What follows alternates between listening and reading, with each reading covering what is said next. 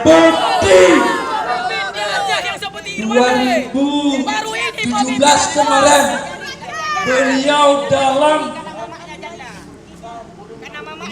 menuju kursi satu Aceh tidak mengeluarkan biaya sepersen pun kepada seluruh relawan-relawan dan rakyat Aceh.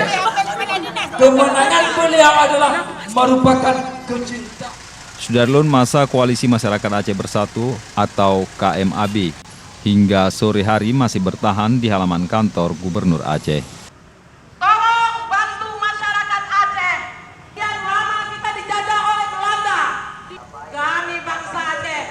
Saya mewakili daripada Koalisi Masyarakat Aceh Bersatu akan terus melakukan upaya persatuan, akan terus melakukan upaya perjuangan demi tegaknya kebenaran yang sebenarnya. Sebagaimana diketahui, massa mulai melancarkan aksi di halaman kantor Gubernur Aceh sejak pukul 10.30 waktu Indonesia Barat, Selasa 17 Juli 2018 hari ini.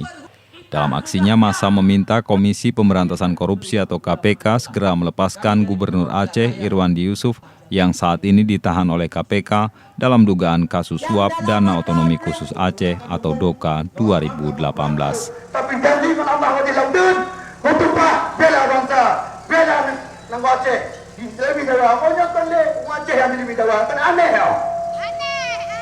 Koordinator aksi Fahmi Nuzula yang dijumpai Serambi TV di lokasi aksi sekira pukul 18.25 waktu Indonesia Barat mengatakan pihaknya bertahan di halaman kantor Gubernur Aceh karena ingin bertemu dengan pelaksana tugas atau PLT Gubernur Aceh. Dari Banda Aceh, Hari Mardika, Serambi TV.